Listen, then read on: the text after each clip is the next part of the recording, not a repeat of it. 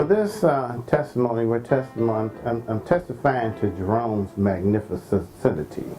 Jerome came to me about 7, 8 years ago. And he called me, I think Darlene Brown was the one that had him call me. I'm not sure, but that's what rumor has. So he called me. You know, he said he wanted to do some things in the community. He wanted to know what I was doing. So we had a meeting. I told him to come on by. So he came by, I think the next day.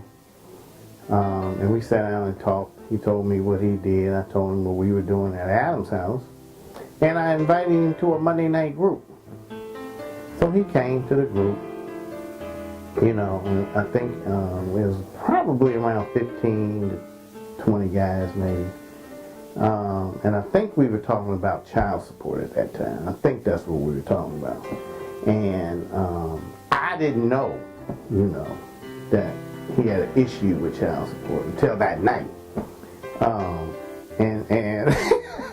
And it was really funny. We had a real good group. All the guys followed Jerome because Jerome was talking. You know, when I started saying there's certain things that you need to do to support your child. One of them was child support was that entity in the world right now that makes sure that fathers take care of their children. So anyway, we had that conversation, and then afterwards he was like, "Man, I think I'm gonna come back next week," you know, and we talked about other things, but that was probably, like I said, around 7, 8 years ago. We've been friends ever since. We're almost like family now. I mean, he's been to that Monday night group, and that Monday night group has grown significantly since the first time that Jerome came. So I believe that God sent him to us to help us do this work that we do with fathers. And it's a lot of work. It's a lot of issues that fathers have, and I'm a father, Jerome's a father, and most of the guys that come and volunteer are fathers. So we have something in common with these guys. So in that, Jerome has helped us move from being a local fatherhood family service to going national. I really feel like we're getting ready to go national. And it was part of his support. He's doing testimonies about himself right now, but he's also done testimonies for us. So other people can see the impact that we're having as a group on fathers and mothers and children, helping them move forward. So I believe the community here really needs more men to step up and do some work. He's done a lot of volunteer stuff. You know, I owe him a whole lot of money. So, but he don't ever say anything. You know, he lets my wife tell him what to do. It's kind of amazing, really. You know, but we love him to death. Anytime he asks me to do something, I'm indebted. I can't say no. And we enjoy doing it. We enjoy being around each other. It's just like family.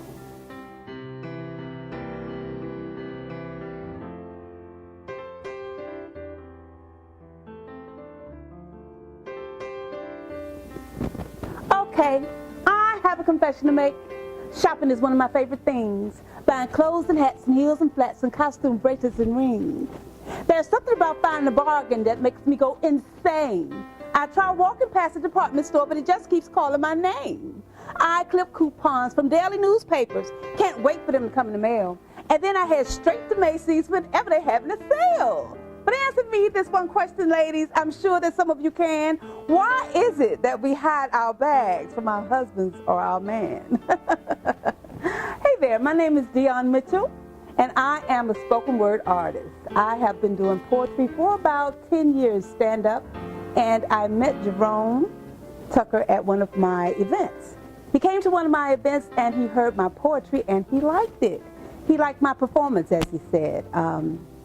And since then, we have become friends. And not only that, he has become a mentor of sorts. Jerome asked me to audition for a play about 2 years ago, The Devil Don't Live Here Anymore. I did not have any thought of becoming a cast member of a play, but he asked me to audition and I got the part. And when I did get the part, I learned that Jerome was the director, and he brought out some things in me that I didn't even know I could do. He mentored me and showed me how to become more animated and to bring out my talent as an actress, per se. And he had me on his show, his internet radio show, Third Eye. And when he interviewed me, I realized what a great interviewer he was, and the questions that he asked really brought out some things that were both entertaining and informative. So he is a very good director and a very good interviewer and a very good friend. So I thank him. I thank him in introducing me to acting and bringing out things in me that I just did not know were there.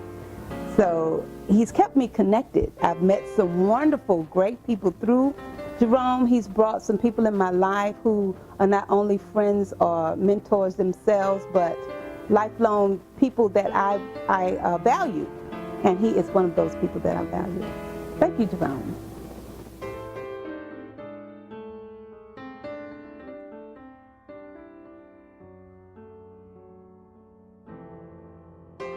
My mindset when I came into the program was like raunchy. I got 6 kids by 7 different women. I've been paying child support for over 18 years. My view towards that before I got into the program was this: I give you the money when I get it. I looked at women as you know, sex partners. Not really. It's like I tried being married, but that didn't really work because I only stayed married for like 4 years. But I looked at women as sex objects, I guess. You know, I really didn't care about their feelings. I was selfish. You know, I didn't, like I said, I didn't care about their feelings. I didn't care. You know, I had a child by them, and my attitude was, you know, I get it when I give it to you. You know, I give it to you when I get it. And that wasn't the right attitude because I wanted to still get high. I wanted to still hang out in the street. I still wanted to do what I wanted to do.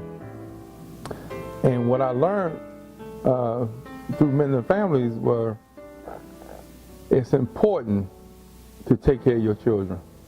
You made them, you created them, you're responsible for them. I learned that, you know, even though my relationships with my baby mothers, my children's mothers, were kind of shaky, but I still had to be a good person, a good man, a good, you know, provider. It ain't got nothing to do with them. You know, it was about me getting myself together to be a better man for my children. I wasn't, at that mind state that I was in at that time, I was no good to nobody. You know, I was just good for getting high, hanging out, you know, just cruising through life. That's what I was, you know. Because I didn't think I was going to live to be this long anyway. You know, I thought I was going to be dead by the time I was probably 25 or 30 anyway, you know, selling drugs, hanging in the street. So I didn't even really plan a future. You know, when I got in the program, my stinking thinking, that's what Mr. Hall called it. My stinking thinking, it was thinking, because I'm looking back from today back, I didn't like me. No, for real, I didn't like me at all. You know, because to do that, what I did to myself, you know what I'm saying? It's like, you got to not like yourself to do that to yourself. Smoke PCP, snort cocaine, hang out in the street, sell drugs, use drugs, you know, not seeing my kids on a regular. Yeah, I didn't like me then either. You know, and it was, I kind of bucked against some of the stuff Mr. Hall was teaching, but it was right. But I was so used to doing what I wanted for so long that, you know, wrong seemed right and right seemed wrong. So when he was saying, you know, you got to give your kid's mother money, I was like, hey, I ain't giving her no damn money. But he showed me why you supposed to do it. Why are you supposed to work? You know, you live longer when you work. You live longer when you marry. You know, so I learned that from Mr. I learned from Paul, Dr. Shell, Dr. Carino, Jerome, Reggie. It's like I consider all of them my fathers, uncles, and big brothers.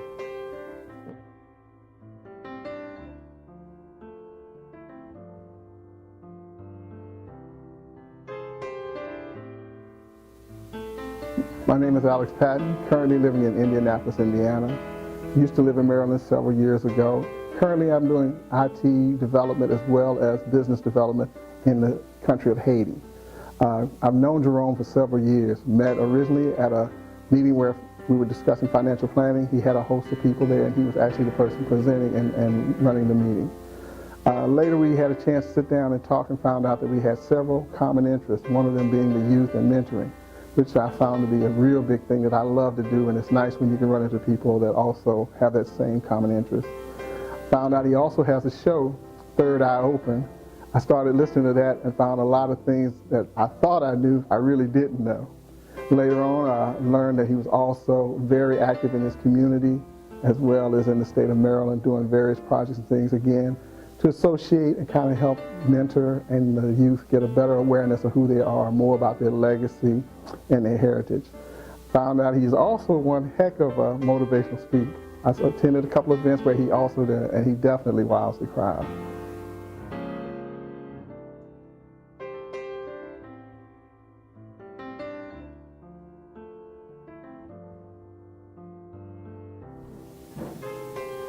Hello, I am Christian comedian Christina, aka Elevation Wilson, and I met Jerome about 2 years ago at a Living on Laughter Gospel Comedy Association conference. And I have to say, Jerome is on point. The brother knows how to handle a camera. He has been like really a great source of encouragement to me as I've been pursuing my comedy career and my acting career, and I just appreciate all that he's done and all the words that he's poured into me. He has actually recorded several of the conferences that I've been with LOLCC, and I've seen some other works that he's done as well. And so I just want to just put him out there and just tell people who are looking for a good cameraman, a good businessman, he's your man. Now, as a comedian, you know, he's given me some words of advice and encouragement. Christina, be yourself. Do your spelling thing. So one of the things that I do is I S-P-E-L-L. I spell everything I S-P-Y. So I have a regular conversation with P-O-P-L-E, like people. And I'm S-P-E-L-L-I-N-G, ha. So anyway, I love comedy. I love the entertainment industry. I love people. I love acting. I'm grateful for the gifts and abilities that God has given me. And so Jerome has really been the kind of producer, friend, business person that I can go to and get some good, solid business advice from. And it really has helped me to open up some opportunities for me. So I am just grateful that our paths have crossed. I can't say enough about him, but I do know that for me as a comedian, I want to be connected with people like him because he's a great resource for helping those of us in the entertainment industry to kind of get to where we need to get to. So I would say to anyone who's interested in having him provide his services, don't hesitate to get in contact with him.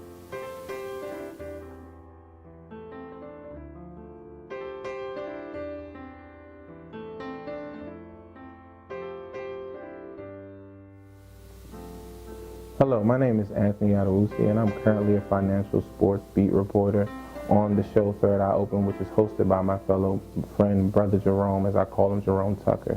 I met Brother Jerome at Prince George's Community College, where I was in a program, Diverse Male Student Initiatives. And he came and he was a speaker, and you could tell he had a passion and a fire in his heart to speak to the youth and mentor the youth. Once I explained to him my passion for finance and sports, he gave me the opportunity to come on Third Eye Open, which is a global radio show that comes on Fridays from 1 to 4 p.m. He gave me an opportunity to talk about sports, but not just give the box score, talk about sports from a different perspective and allow our listeners to form their own opinions. He also plays devil's advocate because he wants us to think and wants us to form our own opinions. So that's something about Brother Jerome. He gives you the opportunity to learn through just you listening to your own opinion and listening to the opinion of others. So Brother Jerome is a great mentor, role model. I consider him a big brother, which is why I call him Brother Jerome. And anything that he's a part of is going to turn to gold. He's just a guy who loves to network. He loves to give the youth opportunities, and he's somebody that everybody should pretty much know. So if it comes down to anything that he's a part of, I'm a part of it, which is why I'm doing this interview in the first place.